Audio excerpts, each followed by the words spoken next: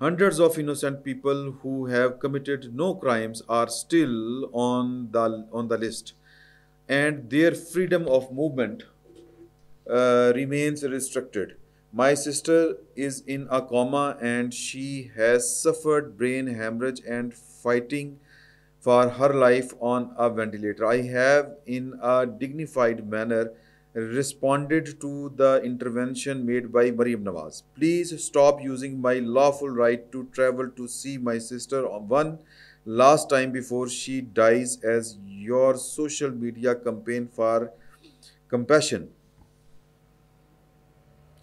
Have a heart and stop using my pain as your campaign.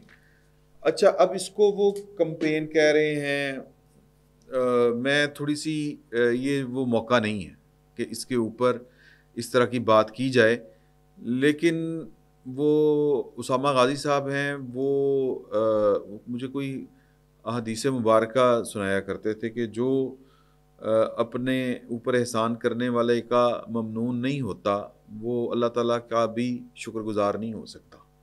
اب یہ اس طرح میں خلاصہ بتا رہا ہوں اس حدیث مبارکہ کا جو اسامہ غازی صاحب مجھے نا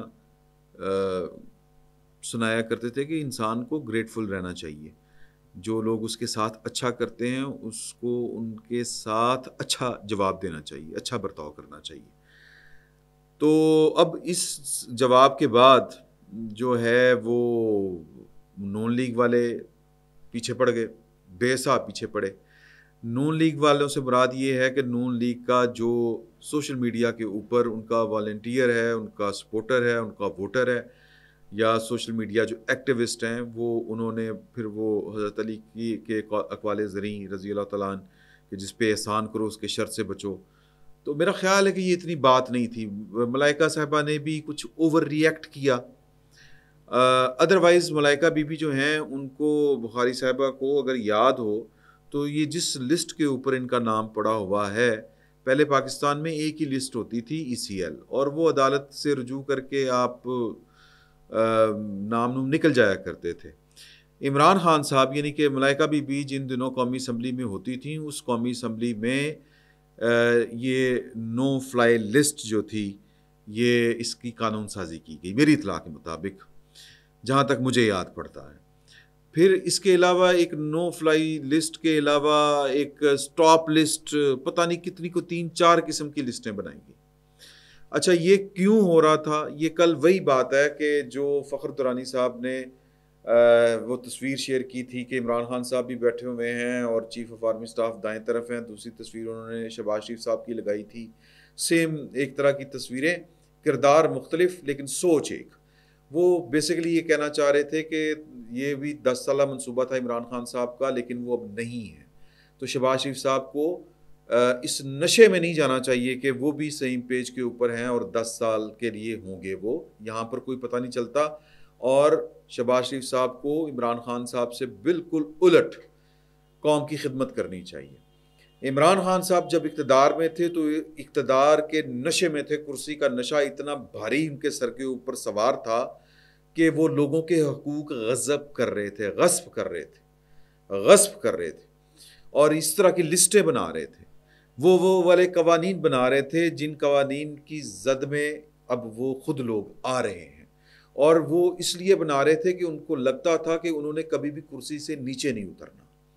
تو پوائنٹ میں جو میک کرنا چاہ رہا ہوں وہ یہ ہے کہ آپ کے دور میں اور یہ حکمران اور جو حکومت ہوتی ہے یہ نشہ ہی اتنا خوفناک ہوتا ہے کہ یہ انسان کو انسان نہیں رہنے دیتا، انسان کو انسان جیسا یا دوسرے انسانوں کو اپنے جیسا سمجھنے نہیں دیتا۔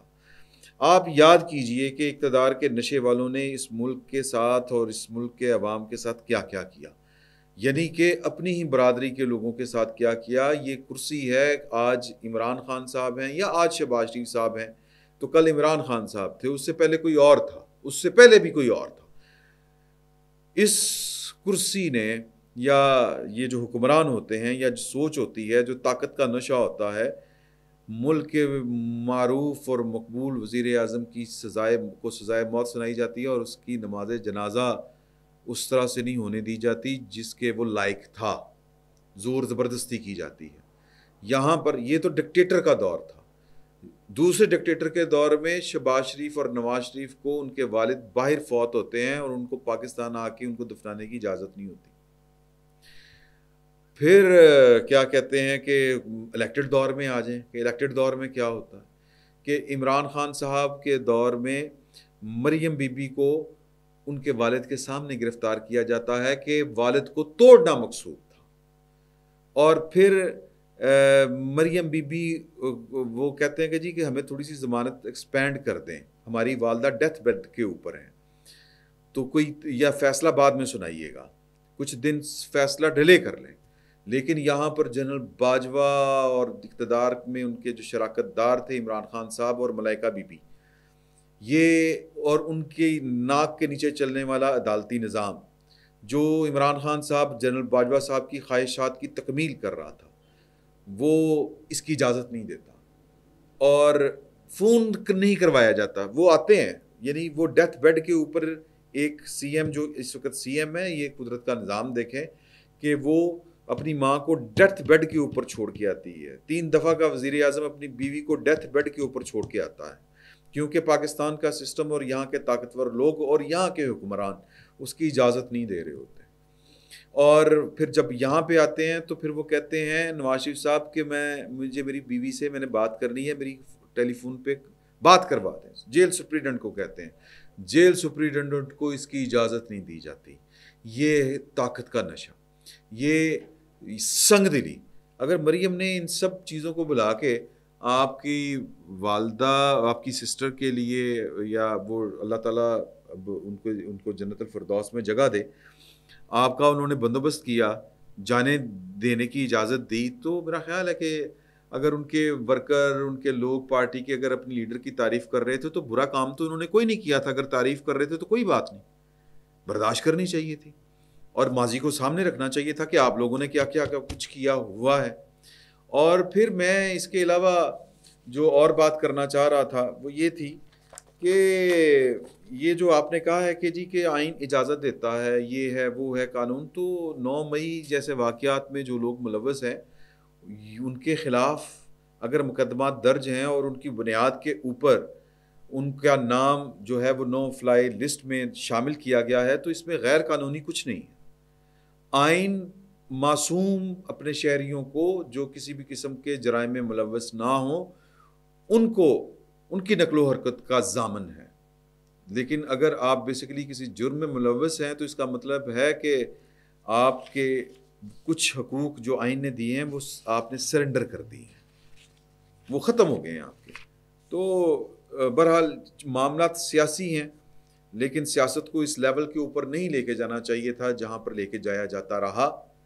آپ کو بھی تھوڑا سا ظرف کا مظاہرہ کرنا چاہیے تھا کہ آپ کے ساتھ نیکی ہی ہوئی ہے, کہ جی یہ کمپین نہ چلائیں, یہ نہ کریں, وہ نہ کریں. وہ تو یہ کریں گے, یا تو نا کہ مریم کہہ رہی ہو کہ دیکھا کہ دیکھے کہ میں نے تو بڑی مہربانی کی ہے, میں نے تو یہ کر دیا. بھئی وہ آپ ڈسے ہوئے لوگ ہیں, اس آپ کے ہاتھوں ڈسے ہوئے لوگ ہیں, انہوں نے بڑی تکلیفیں برداشت کی ہیں. تو اگر انہوں نے یہ والا کام کیا ہے تو اپریشیٹ کرنا چاہیے تھا, اتنا غصے والی بات نہیں ہوتی. باقی پاکستان مسلم لیگ نون کے لوگ جو ہیں وہ اس وقت سوشل میڈیا کے اوپر بڑے تپے بیٹھے ہوئے ہیں. ایک تو اس ایشو کے اوپر, دوسرا ایک اور ایشو ہے, وہ میرا خیال ہے ٹائم زیادہ ہو گیا, وہ پھر آگے چل کے بات کریں گے اگلے ولاگ میں. تو فی الوقت سبق اس میں یہ ہے کہ جب آپ کرسی پر بیٹھے ہوں, طاقت میں ہوں, تو خدا کو یاد رکھیں, اللہ کی ذات کو یاد رکھیں, خوف خدا کو دل سے مت جانے دیں آج. اور اگر کوئی آپ کے ساتھ نیکی کرے تو اس نیکی کا جواب نیکی کی صورت میں دیں.